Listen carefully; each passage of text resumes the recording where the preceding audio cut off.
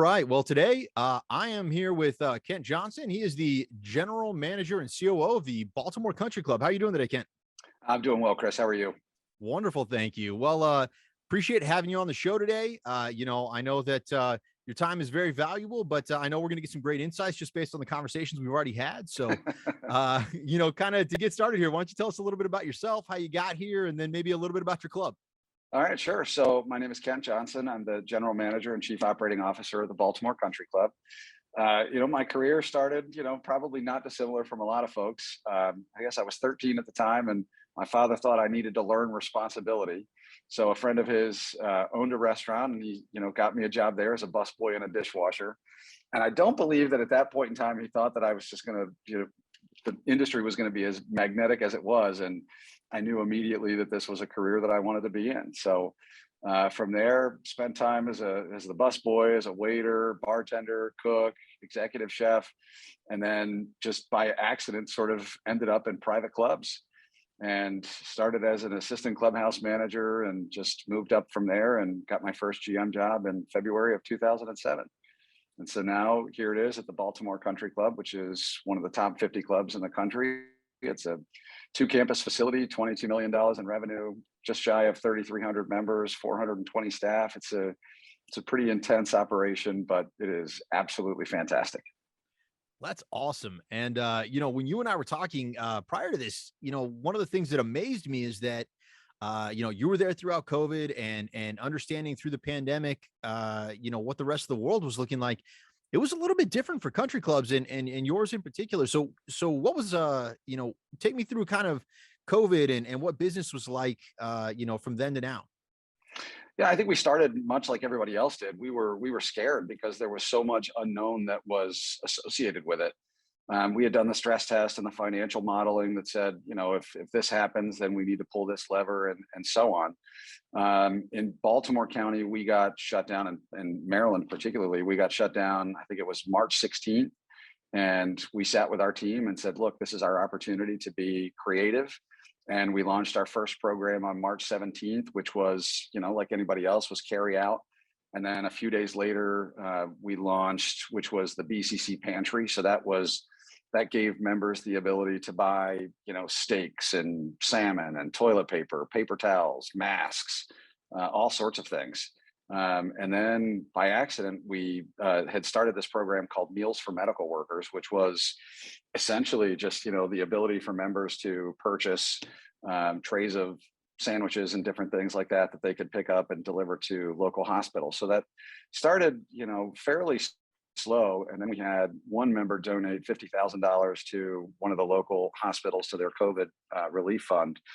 And their only stipulation was they had to use us to provide all the food.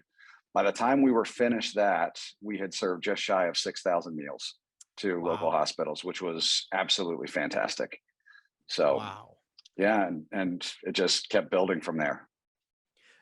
So I mean, this all hit and your natural instinct was take care of your team, but then take care of your community. And that's absolutely outstanding because I know not a lot of people were in position to be able to do that. Tell me a little bit about, how did your your board, yourself, how did you all make that decision and decide that's the way to go? We went immediately to the board and said our first priority is to take care of our staff. And all of our stress tests and our financial models had said, okay, if we reach these particular points, then we'll have to look at making adjustments, but we never got there. So we kept our entire team on staff the entire time. That was every dishwasher, every busboy, every server. So they got paid. I think we took a 60-day average of how many hours they had worked, and that's what they got paid, whether they were working or not. And the board was incredibly supportive of that. Even those on our staff that are commission based. So our fitness folks, our golf professionals, tennis professionals, we even paid them, a percentage of what the commissions were that they would have lost. And by the Wow. time that we realized that COVID was really going to be okay on our side, we ended up going back and paying all the back commissions, bonuses, a couple of different sets of bonuses. We ended up paying out $550,000 in just benefits to the staff just because we could. And, we kept things operational. I think the one benefit for clubs is that we sort of controlled our own destiny, right? We weren't open to the public, so we could control the rules. We could put in the reservations policies that we needed to very quickly.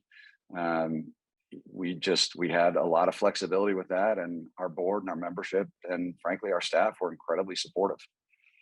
That's amazing. I've talked to people from all kinds of different walks of the hospitality industry. Hotels, obviously, restaurants, large facilities, even zoos, and some of the other. And this is the first, really good story I've heard as far as country clubs, being able to manage what happened, hold on to their teams, and then turn around and actually help the community. That's absolutely incredible. So kudos to you and your team.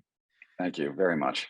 So what do things look like today? I mean, it sounds like you were able to control your environment, right? So how's business? How's staffing? What does that all look like for you right now? It's as devastating as COVID has been for the country, and I think we certainly all understand that. It's been absolutely tremendous for private clubs. Again, go back to that whole notion that we're a controlled environment, and people wanted to do things where they weren't out in public. They wanted to play golf, so that was a big thing. That was a big attraction for us too. And so over the course of the past 2 years, we've seen things just dramatically increase. So this year, our membership is full. We're on a waiting list for social membership. We have a 2-year waiting list for golf.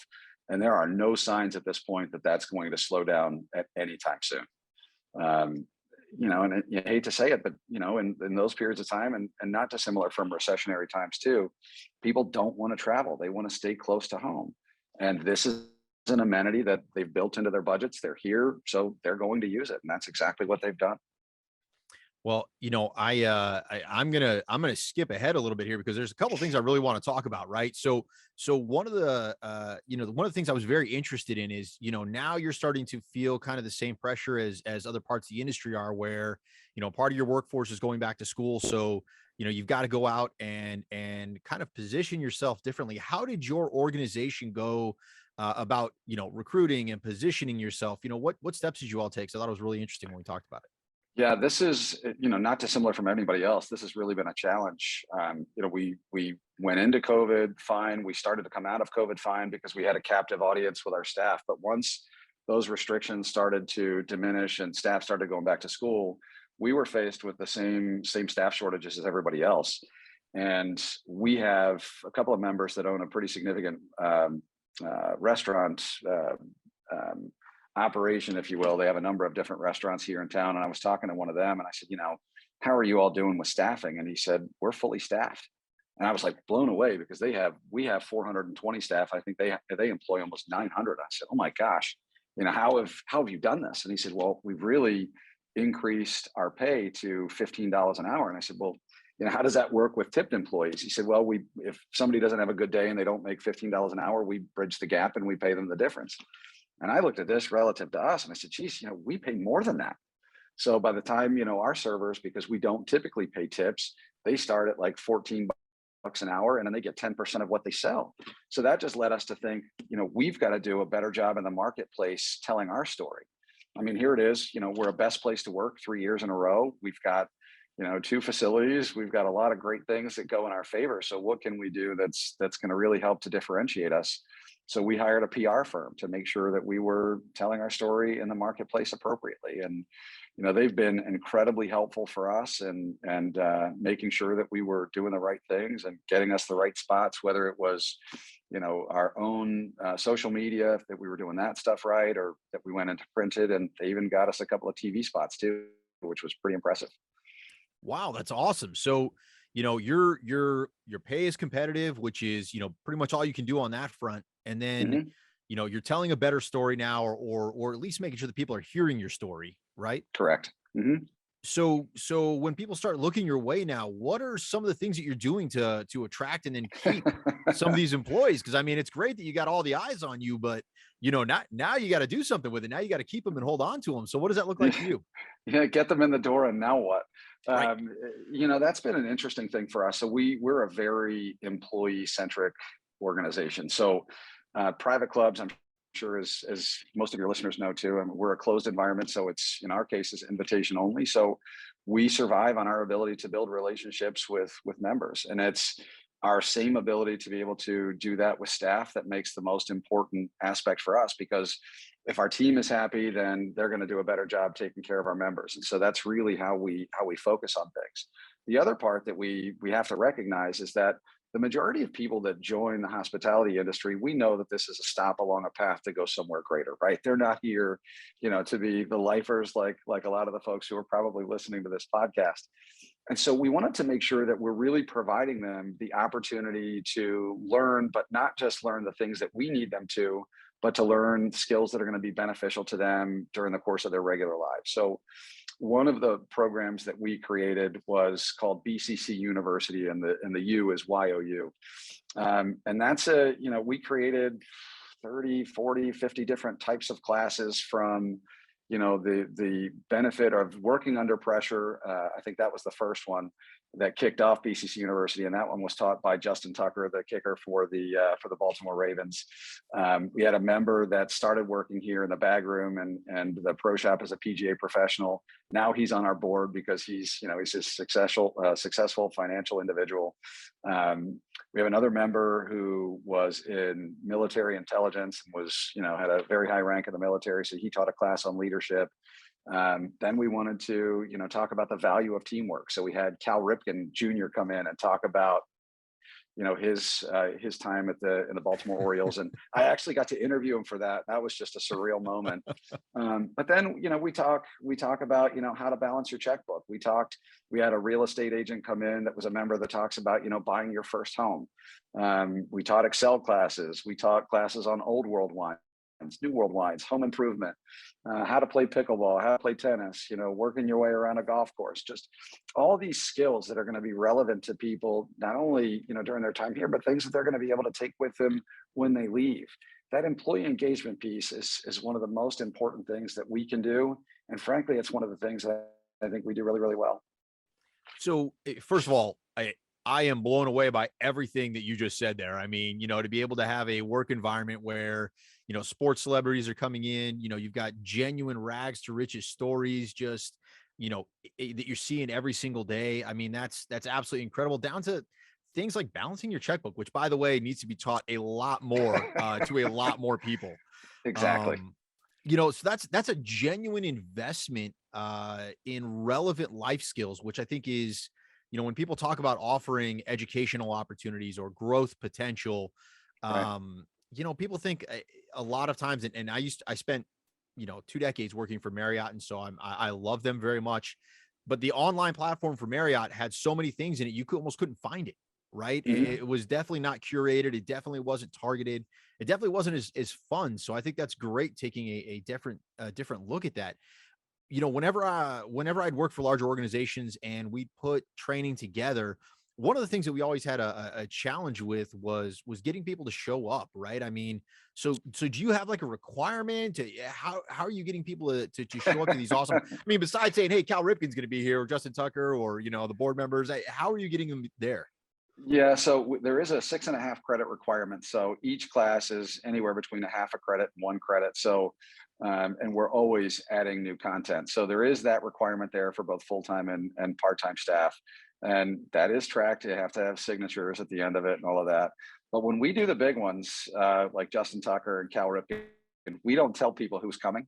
So we just say that it's going to be a surprise. They learned pretty quickly that after Mr. Tucker, that if we said there was going to be a surprise, it was going to be somebody pretty cool.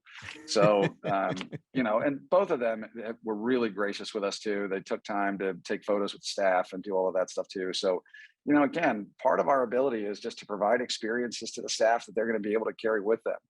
And the fact that we were able to deliver and have been able to deliver on that, through some pretty tumultuous times, has been pretty fantastic for us. Absolutely. I mean, that's amazing. And so you've made this huge investment in growth, full well knowing they're not going to probably be there forever, right? I mean, this isn't going to be a forever job for a lot of people. So that investment is huge. And I think that goes a long way. But one of the things that caught my eye, or caught my ear, when you and I were talking prior to this, was that you keep it very simple when it comes to culture. That once you go through a rigorous interview process, there's really kind of two things you're focusing on. What are those couple of things, if you don't mind? So we're focused. The most important part about hospitality is really your ability to be genuine. So in our interviews, particularly, and obviously for the higher up you go, the more difficult the interview process goes. But the one thing that we focus on is, what was the last random act of kindness that you did, right? Because we want to make sure that we're providing a level of hospitality that is commensurate with our expectations. So I'm sure that if any of you walk through your organization and you can ask your one of your servers or one of your housekeepers, ask them if they know what the mission statement is, and I think you're going to be hard pressed to have them repeat it. So we have a mission statement too, and that talks about our facilities, and it talks about all of those kinds of things, which is great. But we've distilled this down into what we refer to as a simple truth, which is great people make favorite places, and that really resonates with us, and it is the base of our culture. And great refers to the types of members that we invite to be part of BCC. Great means that's the quality of staff that we want to come in, that we want to be a part of our team. And when we're able to do that, we are able to make this a favorite place for our members. But it's not just the favorite place for our members. We want this to be a favorite place for our staff too. And that's what drives us every day. And now we're about 4 years into this, and now when I get an email from a member that says, BCC is my favorite place, that resonates with all of us. And that's how we know that what we're doing is actually working. And, there's a whole other thing that we do called green folder stories. That's really cool. If we have some time, we should talk about that, because that's some pretty fantastic stuff and a big contributor to the culture that we have. Awesome. Well, I'm gonna have to learn more about that, and we'll make sure we include that in some of the show notes here. But one of the other things I thought was interesting was your passport program. Oh, So yes, yes, tell me a little yes. bit about the passport program. So the passport program too. So from the moment that you come on, once you go through the onboarding process, which has either myself or our assistant general manager, Michael Neerjez, we sit down with you and we go through, we ask you what your career goals are. We talk to you about what our simple truth is. We talk to you about core values, but then you're given a passport. And that passport requires that you are going through and spending time with each department that we have, because you need to be able to understand the totality of the organization. We want you to spend time with the executive and get their take on what the simple truth is, how it impacts their department, and frankly what the expectations are across the board. And they have to go through every department before their onboarding is considered complete. So that's been a really great thing that we've done too. That's amazing. So, one of the quotes you gave me, and I laughed, and I know it's from someone else, but that, culture has the shelf life of a banana, which, Yes, I could not agree with you more. And I think that people, figure once you put something in place, it's there, right? You're that's good. You it. can move on to something else. But, it sounds like, you start off with making sure that people understand the genuine spirit of hospitality through the interview process with understanding what their most recent random act of kindness was, that they once they get on board, the onboarding process is robust, that they get a chance to actually connect with everybody on property, and then you educate them, right? And then you go through the education process. So it sounds like you're prepared for that shelf life of a banana, and you just kind of make sure that everybody gets a little bit more and a little bit more and a little bit more, so that it never gets old and never gets stale. That's outstanding. That's it. And it's culture is a living and breathing thing. And it all sounds good. And I think we've done a pretty good job with all of this, but it's tough.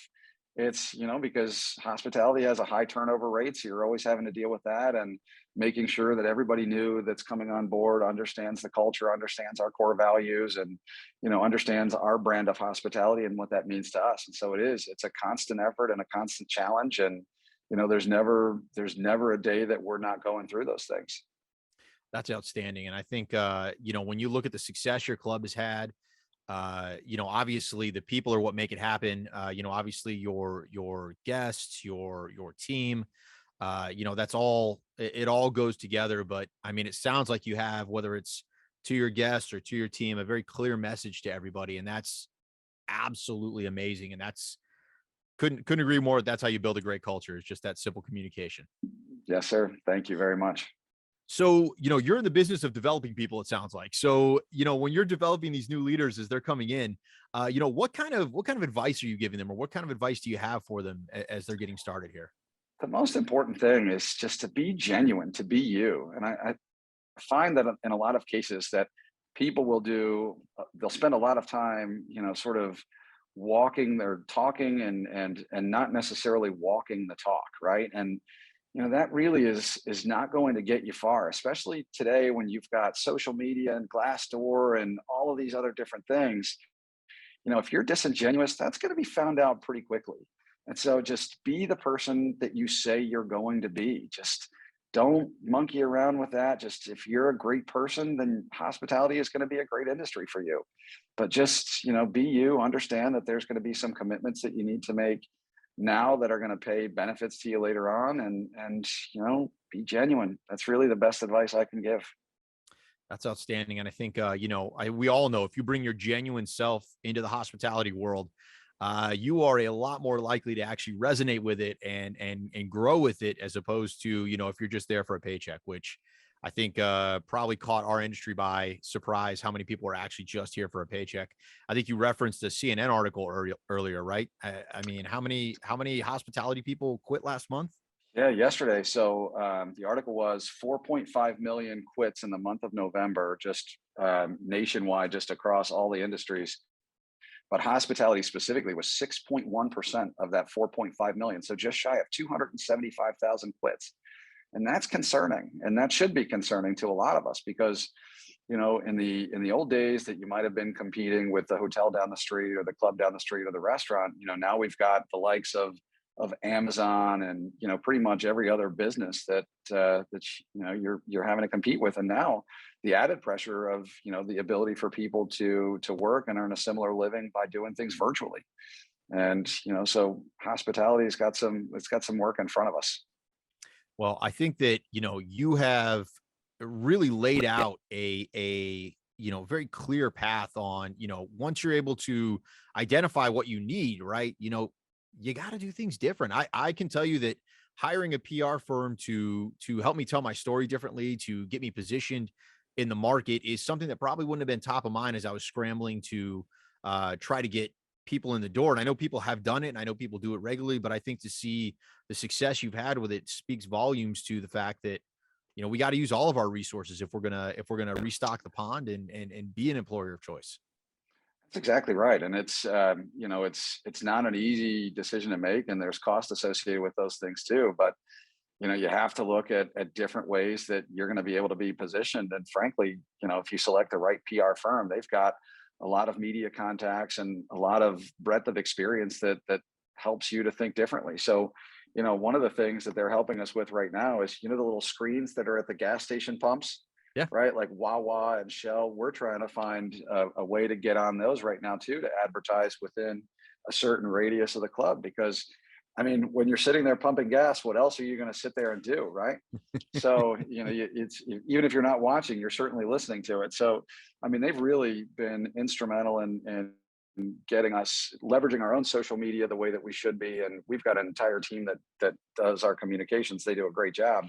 But they've been a great sounding board for us with all of those things too. So we've been incredibly appreciative of all the work that they've done. Well, that's a great resource and a great recommendation. And so I hope when people listen to this, they hear, recommendations like that. But I hope they really key in on the culture. I hope they really key in on, the interview process, the onboarding, what it is you're doing with BCCU, which I think is phenomenal. I'm sure everybody's not going to be able to get the level of talent that you got in for your events, but at the same time, it's everywhere around our industry, right? Everybody's got a story to tell, and it's looking at each of our individual employees as somebody you can invest in instead of just somebody who's doing a job for you. And so I think it looks like you have the right mentality, and that's all. That's absolutely Yeah. outstanding. And that's the right thing too. And clubs can be a little stuffy in a certain way too, that they don't necessarily always agree that we should be graduating the next level of staff to a position, even if it's in a different organization. We believe very differently in that, where it's our job to help you succeed, even if that succession, your success means that you're taking a position in another organization. And we look at this as a lineage that, if we're able to take our head golf pro and he's now able to be a director of golf at another fantastic club, and he's got that he spent his time at BCC and he learned a lot of different things that we're able to do. That really is the signal of our success is not where we get in our own careers, but where we help others get in theirs. Well, that's outstanding, and I think that if I am listening to this and I'm in another industry, I am seriously thinking about country clubs right now because this sounds absolutely awesome, and I know that you're probably going to get some phone calls because it sounds like you're doing some pretty amazing things there. If people wanted to get a hold of you, Ken, what's the best way to do it? Email is always easiest. My email is kjohnson@bcc1898.com. I'm also happy to give my cell phone number too, if that's appropriate for me to do. That's up to you. I'd stick with the Yeah. email, and then Okay, that's fine. and then you're also on LinkedIn. Is that right? I am on LinkedIn as well. Yes, and it's under Awesome. M Kent Johnson. Yes. Got it. Perfect. Well, I'm sure you're going to have a lot of interest on this. I know I've got a whole page and a half of notes right now that I think are absolutely awesome that I want to share with a number of people. So, Ken, I just want to thank you very much for being on the show. This was a lot of fun. I really My appreciate it. pleasure. Yeah, thank you very Congratulations to much. you and your club. This is absolutely awesome. Appreciate that very much, Chris. Thanks for your time too.